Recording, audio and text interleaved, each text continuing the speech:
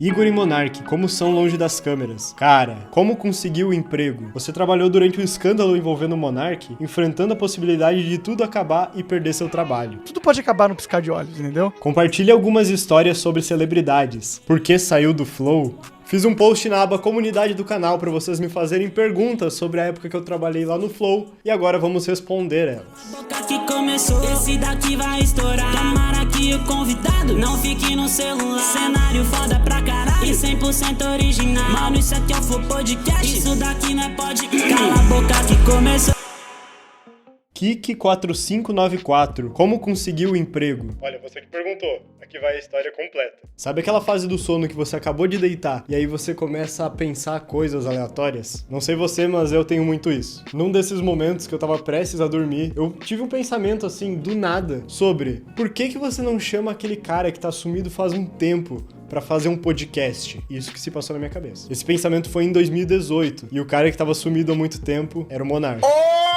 Nessa época eu era jovem aprendiz, então eu consumia muito podcast, voltando a pé pra casa, indo pro trabalho. E aí, eu queria fazer o meu. Simplesmente essa foi uma ideia que eu tive de noite. Eu lembro que eu levantei de noite e eu anotei no aplicativo de bloco de notas do celular e tá lá, gravado até hoje. 1/8/2018. Aí tu me pergunta, nossa, que legal, o que tu fez com isso? Não fiz absolutamente nada, mas é a introdução da história. Só que nessa ideia em específico, uma coisa diferente começou a acontecer. O Monark começou a publicar no Twitter naquela época que ele ia começar um projeto novo, mas ele ainda não falou qual que era. E aí no dia 29 de setembro de 2018, começou um novo projeto chamado Flow Podcast, que era com o Monark. Por conta disso, eu achei muito curioso e comecei a acompanhar o Flow desde o episódio 1. Nessa época eu não tinha envolvimento nenhum com eles, eu apenas assistia os episódios, mas em 2019 eu tive uma ideia. O Flow Podcast no começo era um projeto que não se pagava. Então, uma coisa que eu pensei, eles estão precisando de dinheiro. Vou mandar um tweet pro Monark porque eu tô muito entediado nessa aula de engenharia de hardware. Eu ainda tenho o print dessa época. Ei, Monark, vamos fazer um trato Fate Simulator do porquê eu devo te dar vintão pra ti agora. Sei lá, eu só tava jogando. E aí ele respondeu esse tweet. Ele falou, vai ter um churras da hora quando a gente atingir R$2.000 por mês e você vai ajudar a manter vivo o Flow Podcast pra sempre. Aí eu respondi pra ele, achei válido, mas agora o veredito final. Promete que o churrasco vai ser em um dia não útil, porque a viagem de Chapecó pra São Paulo é 12 horas. Aí ele falou, ok, será em um fim de semana ou um feriado. E aí eu realmente comecei a apoiar eles com R$20 por mês. Se eu não me engano, eu fui um dos 10 primeiros apoiadores do Flow Podcast. E nessa época, os primeiros tinham uma panelinha, um grupo secreto lá no WhatsApp, com o Igor, com o Monark, com o Jean. E era a galera toda junta, todo dia a gente mandava coisa. Esse print aqui é legal. O Igor 3K tinha mandado, confirmado o Skylab. E aí eu respondi, só tô pelo Baianinho de Mauá. Marquei o Monark e o Igor, eu falei, make it happen. E aí o Igor falou, vocês sabem chegar nele? Aí eu falei, podemos descobrir. E foi nessa que eu mandei mensagem pro PH, dono do canal Mundo da Sinuca, que é o maior canal de sinuca do Brasil. E hoje em dia a gente é amigo por causa dessa conversa aqui. E o Baianinho foi no Flow. E nesse mesmo grupo, em 2019, o Jean mandou, tá confirmado, podem comprar passagem. E aí que entra um negócio. Eu era estagiário e eu ganhava R$800 por mês. Eu vi quanto que tava mais ou menos a passagem, tava 840. Foi nessa que eu peguei um dinheiro que tava na conta, mais o salário que eu tinha recebido e dei a win. Eu comprei a passagem e fui sozinho pra São Paulo. Eu nunca tinha andado de avião e muito menos viajado sozinho. E o primeiro lugar que eu fui foi pra São Paulo. Mas o Daniel Veiga, que é o primeiro apoiador do Flow, ele foi muito legal comigo e me buscou lá no aeroporto. Esse churrasco foi na casa do Didi e do Chico, que eram streamers de GTA do Facebook nessa época. E lá tinha algumas outras pessoas, tipo o Vinheteiro, o Zé Graça, o Igor 3K, o Monark e todo mundo que apoiava o Flow. Olha essa foto aí que o Igor postou. Eu ainda nem tinha meu canal nessa época, foi um mês antes de começar a pandemia. Mas essa foi uma experiência que com certeza me fez ter certeza que eu queria trabalhar com criação de conteúdo. 2 meses depois de eu ter ido pra lá, esse canal aqui nasceu. Desde que eu voltei pra Chapecó, eu continuei minha vida normal, eu trabalhava com programação, mas ali pro final de 2020, o Daniel Veiga, esse que era o primeiro apoiador do Flow Podcast, ele me mandou uma mensagem dizendo, vou lançar a plataforma e pra isso eu fui convidado pra um extra Flow que vai acontecer ao vivo lá no estúdio do Flow em São Paulo. Aí eu falei, legal, Veiga, é isso aí, parabéns, vou assistir, com certeza. E aí ele falou, por que tu não vem aqui pra São Paulo pra assistir ao vivo, ter essa experiência, conhecer os estúdios que eu ainda não tinha conhecido? No mesmo dia eu comprei as passagens e deu um mês mais ou menos, eu voltei lá pra São Paulo. E dessa vez foi uma energia surreal, porque eu tava vendo na minha frente uma coisa que eu só via pela internet. Era uma experiência bem única. Welcome to a Flow Podcast. Here with me now we have Igor. Save Family. É tipo ir no set de uma série que tu gosta muito, sei lá. Imagina, o sofá de Friends lá da cafeteria. É mais ou menos essa pira que passou na minha cabeça. Aqui, aí. Aqui, vem pra cá na central aqui.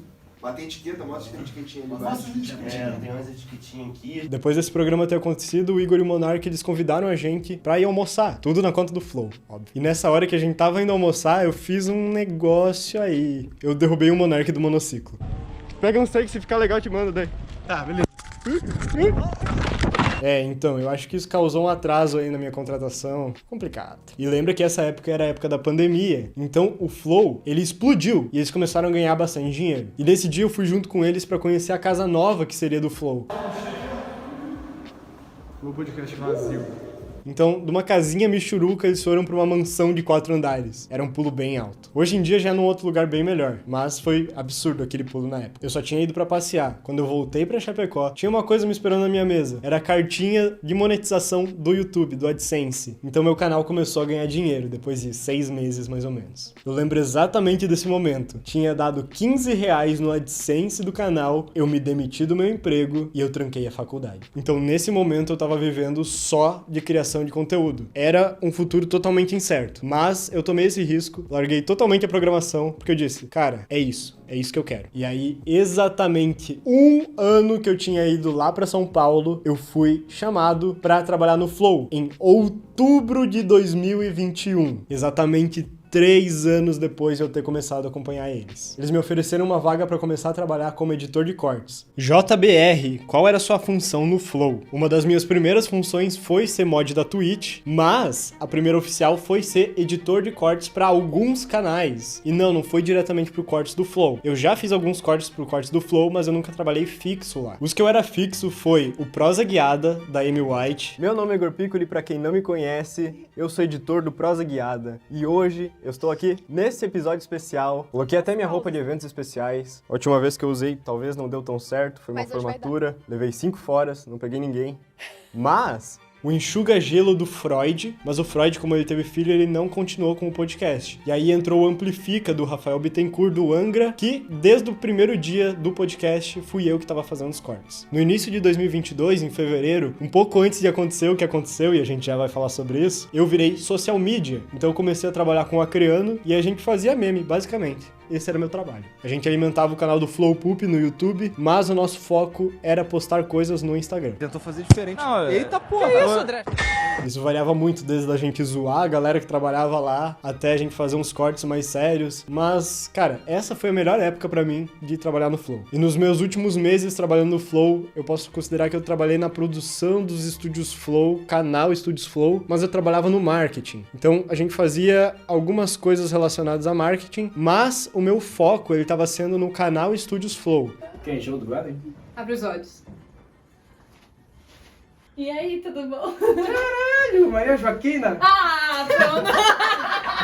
A gente pensava os vídeos do zero, e aí a gente entrava em contato com o pessoal lá de São Paulo, eu quero que você faça um vídeo assim. Eles gravavam, eu editava, e aí a gente publicava no canal. Uma observação, eu sempre trabalhei de Chapecó, não lá de São Paulo, mas tinha algumas vezes que eu ia lá visitar eles. @heredante. Compartilhe algumas histórias sobre celebridades. Talvez um relato de alguma celebridade sendo amável com você ou com outra pessoa. Ou o contrário, sendo desagradável fora das câmeras. Agora é o momento historinha. Em 2022, o Flow conseguiu realizar alguns sonhos de infância que eu tinha. Sério. Eu assisto o YouTube desde 2010, mais ou menos. Sim, eu era uma criança de 8 anos sem supervisão na internet. Desde essa época eu comecei a assistir vários canais, e um deles era os Barbichas. Guarda essa informação. E mais tarde eu comecei a consumir outros tipos de conteúdo, por exemplo, o canal do Venom Extreme, do Monark, do Guilherme Gamer, do Selbit na época que ele trazia HG com o Fênix. E o meu primeiro canal no YouTube tinha temática cover dos Barbichas. A gente pegava os jogos que os Barbichas faziam, e aí a gente gravava vídeos com base nos jogos. A gente até gravou um vídeo contracenando na sala de aula com uma plateia real. Se eu não me engano, eu já falei disso no Amplifica, eu vou colocar o trecho. Quando eu era menor, por 2012, eu e um amigo, a gente fazia o cover dos Barbichas no YouTube, e a gente apresentou na escola uma vez.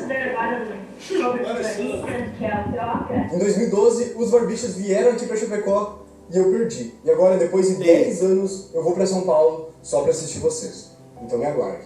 Qual que é o nome dele? É o Igor. Igor! Caramba, que demais, vocês fizeram o jogo, cara. Isso é muito legal. Imitou, é legal demais. A única parte não legal é eu vi, tipo, essas coisas. Eu era da escola, pequeno.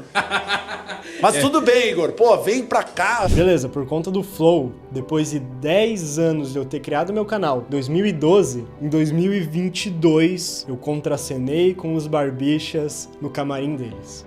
É o cara que me chamou de velho no Pré-Amplifica. Tudo bem? Você quer que eu dou a mão agora? Me chamou de velho.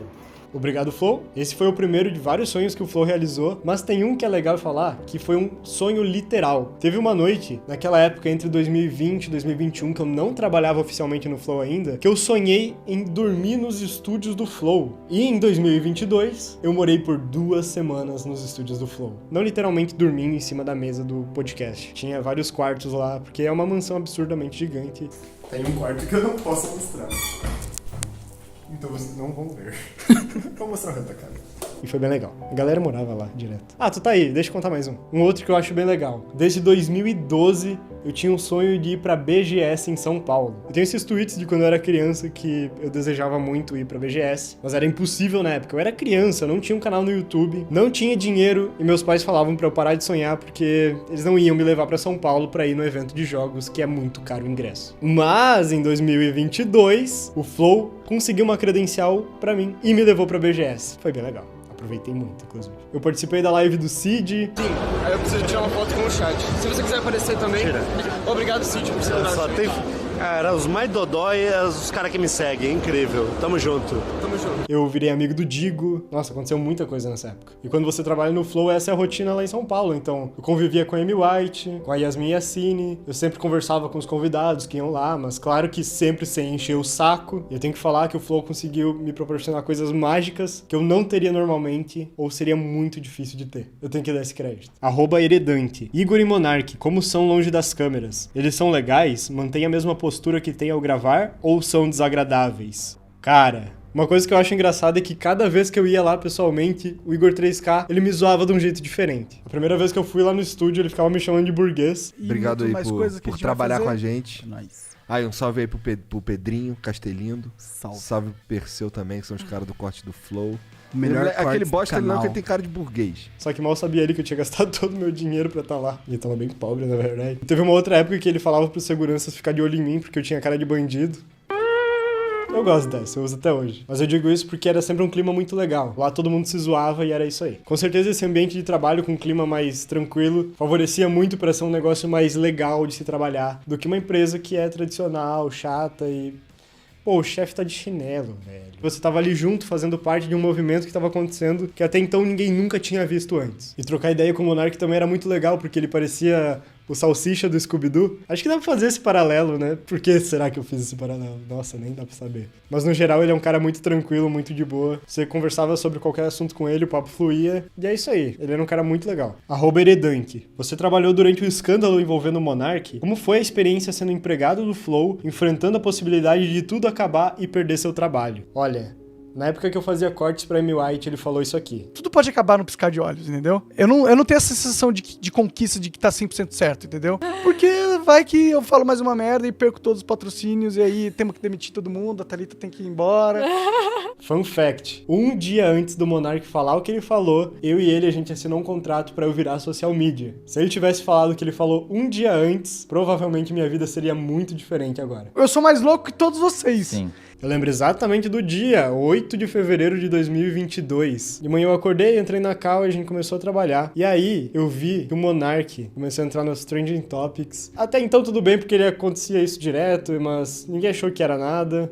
Monark, né? Sabe como é. Só que o negócio começou a escalonar. Às 9 da manhã, já tava em outro nível. Às 10 da manhã, já tava em outro nível. O mundo tava pegando fogo e o Monark tava dormindo. Então, tipo, todo mundo no Flow tava Bob Esponja correndo, pegando fogo.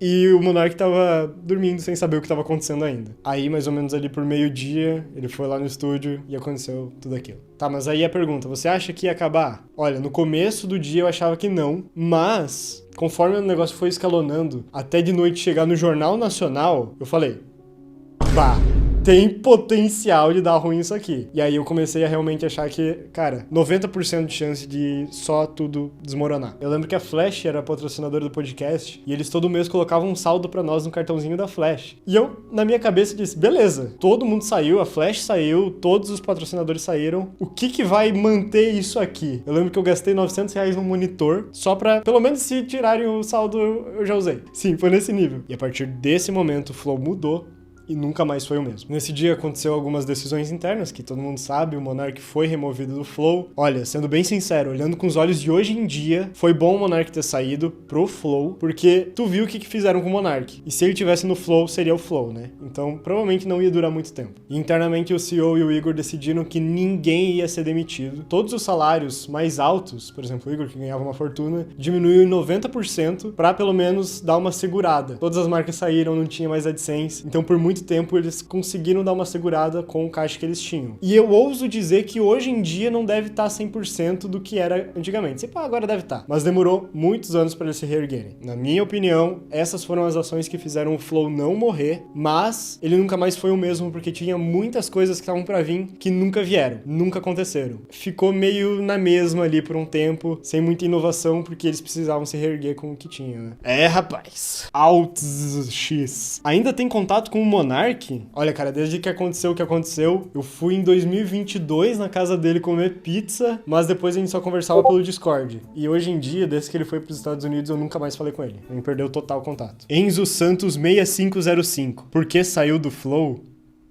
Eu saí do Flow em 2023, porque foi bem nessa época que eu tava construindo meu estúdio físico e minha produtora. Inclusive, eu acho que eu falei sobre isso no jornal, quando vieram aqui no estúdio me entrevistar. Eu vou colocar um insert. O que começou como um hobby se transformou em um trabalho. Os vídeos são monetizados e, com o valor, ele investiu em um estúdio próprio e deixou de lado o antigo cenário, que era o quarto dele. Eu comecei no meu quarto, antes era uma cama assim, jogada pra trás, com 2 iluminações e uma câmera. E por conta do canal dar uma renda extra, digamos assim, pra mim, porque eu trabalhava CLT, foi totalmente reinvestido. Então eu peguei um quarto, forrei ele com espumas acústicas, gravei por mais um ano, e aí sim, com o resultado desses outros vídeos que eu fiz, eles me deram mais dinheiro que eu reinvesti pro meu estúdio. E hoje em dia eu tenho outros contratos também, eu não trabalho exclusivamente com o canal, eu trabalho também com os estúdios Flow e com o podcast Três Irmãos, que vale muito citar porque eles foram que deram a base, assim, pra quando o canal tava mal, realmente